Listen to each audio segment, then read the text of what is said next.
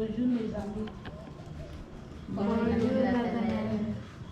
Nous sommes devant vous ici pour vous présenter l'histoire de Saül et de Samuel. Notre thème est l'obéissance de la parole de Dieu. Dans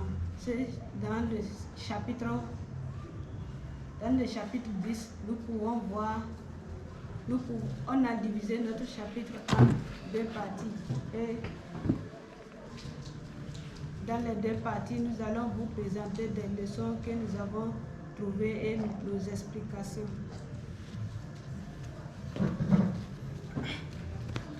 Dans la première partie est dans 1 Samuel chapitre 10 verset 1 à 16. Le verset 1 dit: Quand Samuel a pris un fiole d'huile qu'il a répandu sur la tête de Saül, il a dit que l'Éternel ne l'a pas choisi pour être le chef de son héritage. Et il a dit encore que si Saül quitte tout à l'heure à côté de lui, il va rencontrer deux hommes au niveau du sépulcre de Rachel. Et ils vont le rassurer que les ânesses qu'il est parti chercher sont retrouvées. Et son père ne s'inquiète plus des ânesses, mais il s'inquiète de lui et de son serviteur. Et si Saül va encore plus loin, il va rencontrer trois hommes. L'un garde 3 chevreaux, l'autre 3 pains et l'autre une outre de vin. Et ils vont lui demander comment il se porte, et il recevra 2 pains de leurs mains. S'il va encore plus loin vers une garnison de Philistins, il va voir, en entrant dans la ville, il va voir un troupe de prophètes qui vient à sa rencontre en chantant avec les tambours, les flûtes et les luttes. Et l'Esprit de Dieu va le saisir, il va prophétiser avec eux. Après, si l'Esprit de Dieu l'a saisi, s'il trouve quelque chose à faire, qu'il fasse.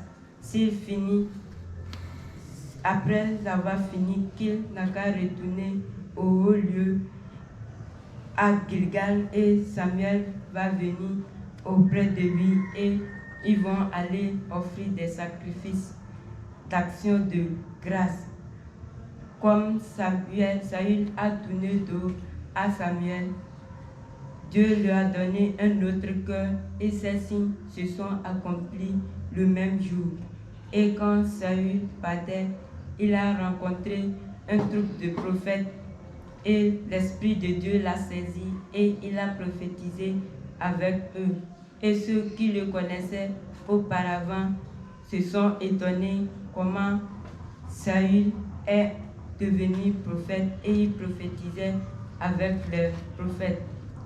Et comme il a fini, il est retourné et lui et Samuel, ils ont offert les sacrifices d'action de grâce.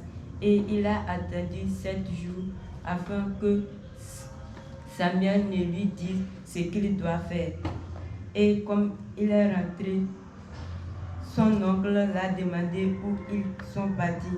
Et Saül l'a dit qu'ils sont partis chercher les ânesses, mais ils ne les ont pas aperçus et ils sont partis chez Samuel. Et l'oncle l'a encore demandé de dire ce que Samuel lui a dit.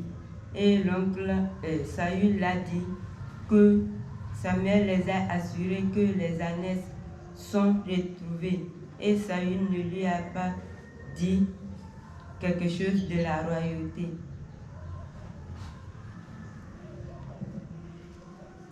De là, nous avons tiré comme leçon que nous devons avoir un cœur de donner aux autres.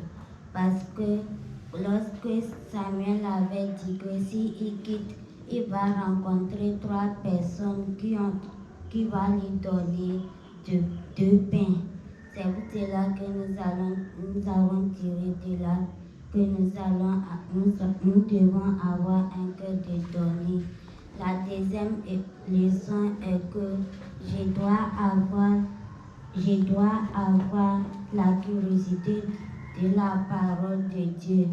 On a tiré cette leçon parce que lorsque l'oncle de Saül avait demandé à Saül où ils sont partis, Saül lui a dit qu'ils sont partis chercher les ânesses, mais ils ne l'ont pas dit par rapport à la royauté que Samuel lui avait dit. La troisième leçon est que je dois intéresser aux autres parce que lorsque Saül a quitté, il a rencontré deux personnes au niveau de ses bicles et ils lui ont demandé comment se porte. Et la quatrième leçon est que je dois adorer Dieu toujours. On a tiré cette leçon parce que lorsque Saül a fini de prophétiser devant le peuple, il est parti au haut lieu pour faire culte à Dieu, pour faire les holocaustes et les sacrifices de grâce à Dieu.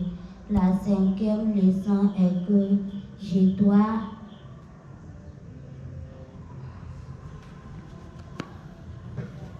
Et nous avons tiré encore comme leçon que nous ne devons pas oublier notre identité et être reconnaissants envers Dieu.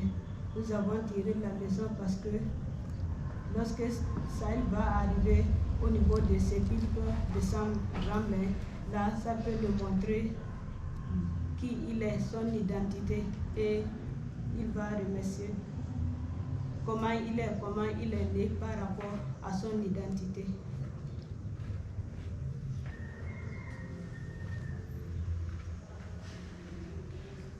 Notre deuxième partie se trouve dans 1 Samuel chapitre 10, verset 17 à 27. De là, nous pouvons trouver comme l'explication que Saül a réuni tout le peuple devant l'Éternel à Mispa et il a dit aux enfants d'Israël que c'est Dieu d'Israël qui les a fait monter de l'Égypte et c'est Dieu d'Israël qui les a fait monter de l'Égypte et il les a délivrés dans la main des Égyptiennes et dans la main des royautés qui les opprimaient. Et de voir maintenant qu'ils rejettent le Dieu qui les a délivrés de leurs maux et de leurs souffrances. Et il dit que d'établir un roi sur eux. Et Samuel a dit de présenter maintenant devant l'Éternel selon leurs tribus et selon leurs milliers. Et Samuel fut approché par les tribus d'Israël et le tribu de Benjamin fut désigné. Et par le tribu d'Israël de Benjamin, Samuel fut approché par Farmi et Famagaï et ils ont couru le tirer de là et ils l'ont présenté au milieu du peuple et il les a dépassés toutes de la tête. Et Samuel, il les a dépassés toutes de la tête. Et Samuel les a montré Samuel les a dit de voir celui que Dieu est. Saül aussi est rentré dans sa maison à Gilbéa. Et il s'est accompagné par des hommes honnêtes que Dieu avait touché le cœur. Et il y a encore des hommes pervers, des hommes de péché, et ils méprisent Saül et il ne la donne point de présente. Mais Samuel n'a pas pu garder toutes ces choses qu'il méprise.